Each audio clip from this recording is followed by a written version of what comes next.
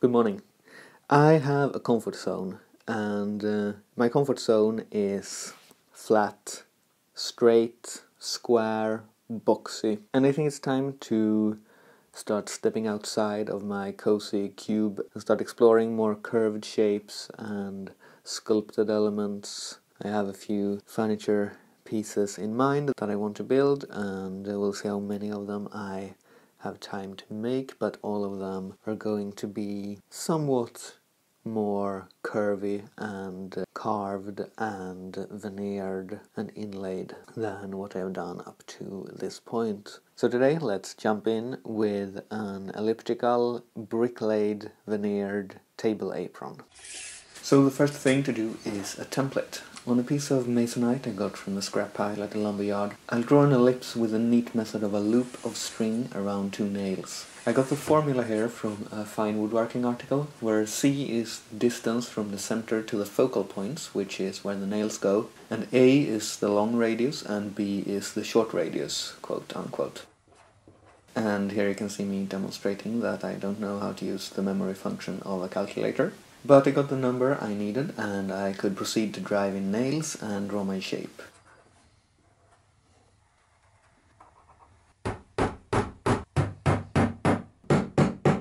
This third nail is at the perimeter of the ellipse and just helps with tying the string to the right length.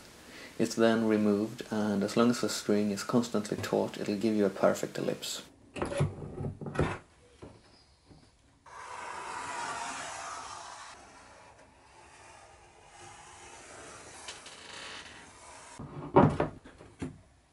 I then drew 2 more lines, a little bit offset inwards. These don't need to be neat at all, they are just guidelines for the minimum thickness I want for the apron. I keep colored pens in the shop for this reason. It's easy to tell different lines apart, so I don't get confused.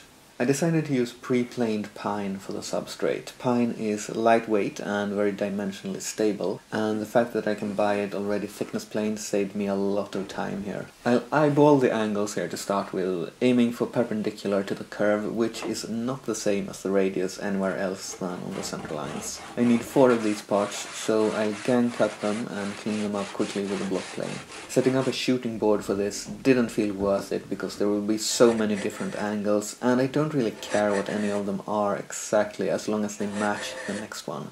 If you get it somewhat perpendicular to the ellipse at that point, the next piece should work by just flipping it.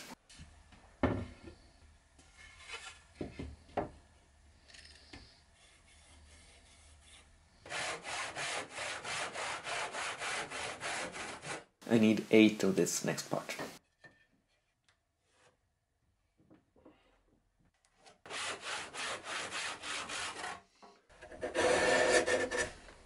Before cutting out the last section, I decided to glue this up, and because I'll be stacking layers and overlapping the joints, this doesn't need to be structural at all.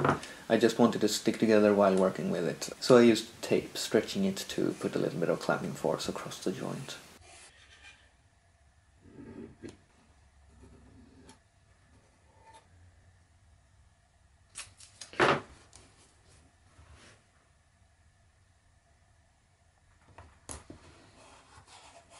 With these sections assembled, I could scribe the lines for the last 2 pieces that connect the halves.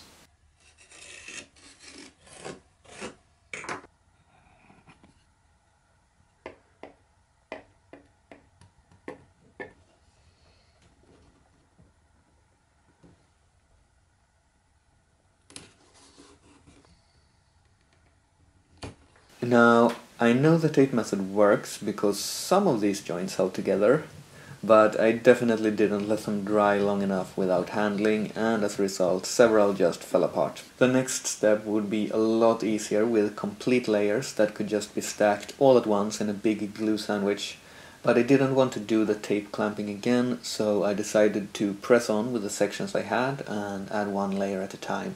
But yeah, here you can see how the joints are staggered, like in a brick wall, which is what gives this structure strength.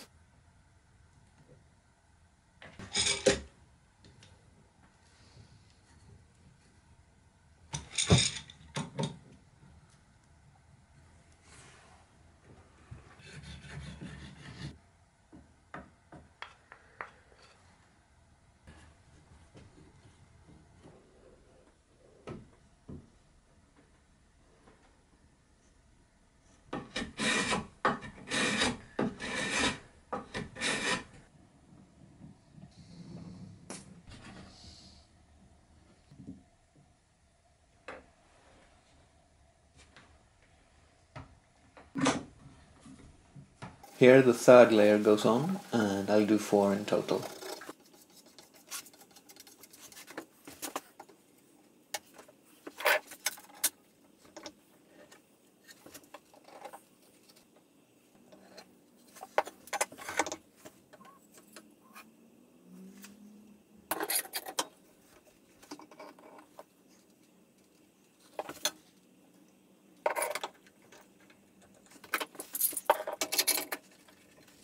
It took until the last layer for me to realize I can take the whole cap off the glue bottle.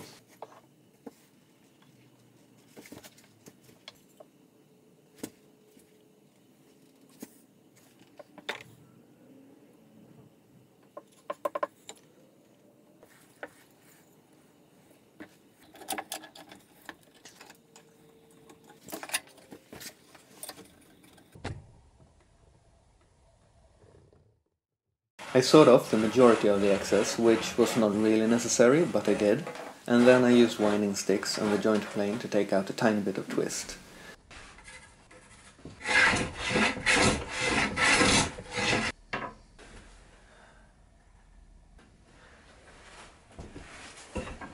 Finally, I need to add a beam across the minor and major axis, so to prep for joinery I'll flatten the insides at the vertices.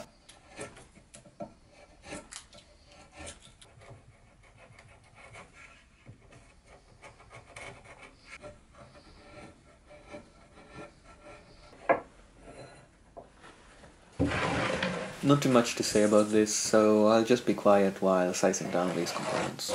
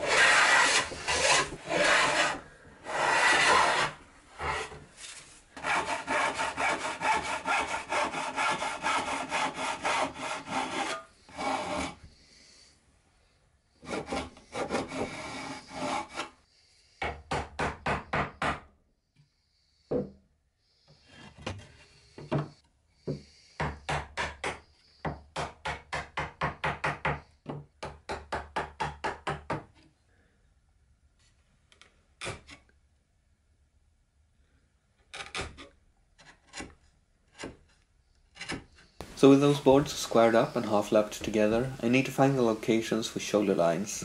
I'll use sliding dovetails to join them to the ellipse.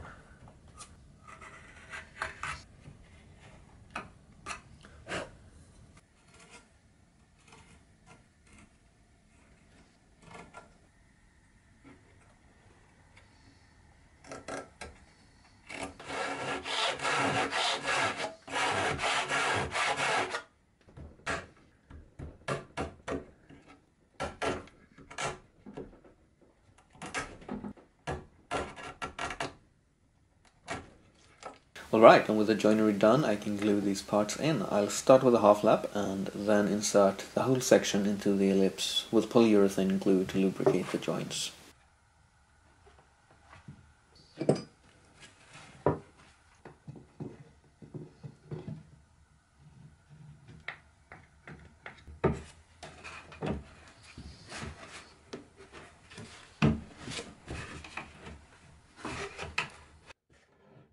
These axis beams are probably not needed for strength. The bricklaying feels extremely rigid, but they have two purposes. They give an attachment point for the leg later, and right now they give something to put nails in for another ellipse tracing. The template is needed for the tabletop, which will be slightly larger than the apron, so I don't want to cut anything out of that sheet at this point. Now, planing the edge of this will be a problem, because everywhere along the ellipse there will be opposite grain directions next to each other. So I don't really want to use the scrub plane, which would give a lot of tear out. But I also have quite a lot of material to remove. So it was power planer time. This thing actually handles diving grain quite well. And I brought it down the last bit with a block plane set for light cut.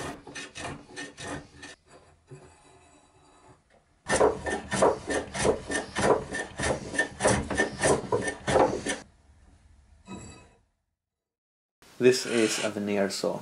I haven't used it yet, but it felt dull, so I sharpened it following Tom McLaughlin's instructions from a live stream on Epic Woodworking. I've been watching that channel a lot lately. He's putting out really good stuff.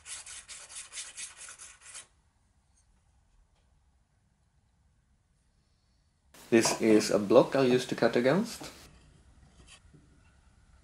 And this is my veneer. It's some old stock, I guess reclaimed, but never used. I want it sitting vertically on the apron for that classic look, so I'll cut out a bunch of these short pieces. Another thing I've learned from Tom McLaughlin and a few other sources is that it should be fine to put it on a cross grain like this. If the veneer is thinner than 1/8 of an inch or so, the glue will be stronger than the wood movement force, and this stuff is about 2 millimeters thick. When putting figured pieces side by side like this, it's important that the chatoyance matches on both sides of the seam. I didn't get it perfect everywhere, and this sort of stripy pattern is pretty forgiving, but I tried to look for spots where the joint wouldn't be super noticeable, usually by removing either a light or a dark band from one side. Then I taped them together and also taped the whole length of the banding so it wouldn't break when bending it over the curved substrate. Then I could spread some glue and get it in position.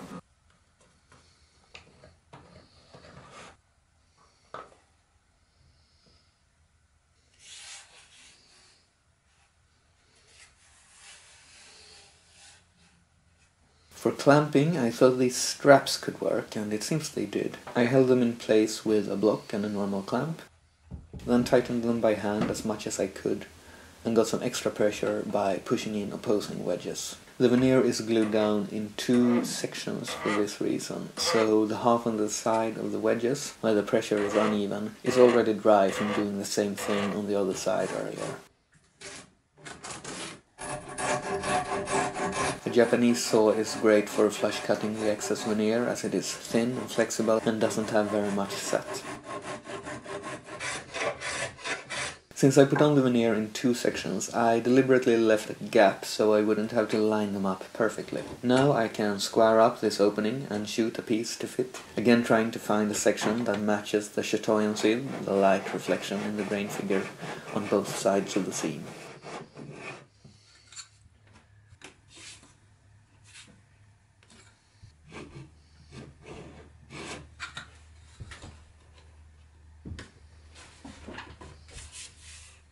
To glue this small piece down, a flexible caul and normal clamps seemed more practical than the straps. I had a piece of plywood with glossy paint on one side, so the glue didn't stick to that.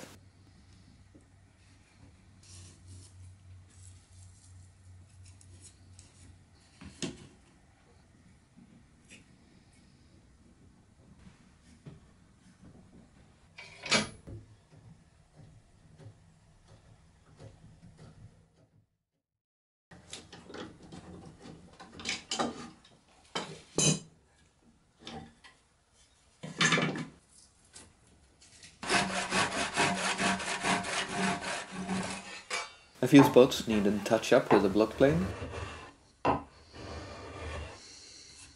Then I couldn't resist wiping on some water to see the grain come alive. Yeah, I think this was a good choice of veneer.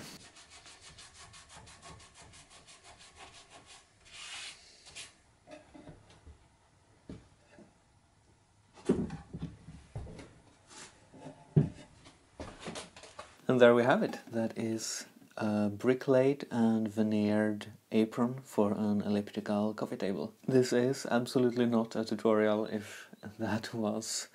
unclear in any way. This is the first time I've tried bricklaying, and the first time I've made an ellipse. It's the first time I have veneered a curved surface, so I'm sure I made a lot of errors and dumb stuff, but I'm pretty happy with how it turned out. It's not complicated necessarily, but it's still, yeah, it looks pretty cool. I was thinking this might be the only video I make about this table, because I feel like this apron is the most interesting part, and also I don't yet have the lumber to keep working on it, but you know, hopefully the lumber will turn up soon and I can keep working.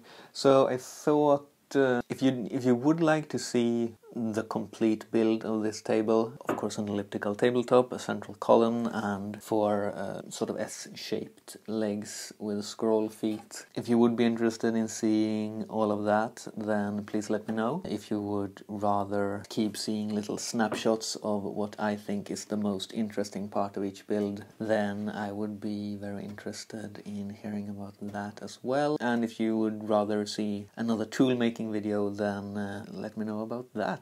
I would greatly appreciate your input. Of course, sooner or later there will be both more tool videos and more furniture videos. It's just, you know, fun to hear about what you think is more interesting. I think that's all I have to say, so thank you for watching and I'll catch you later.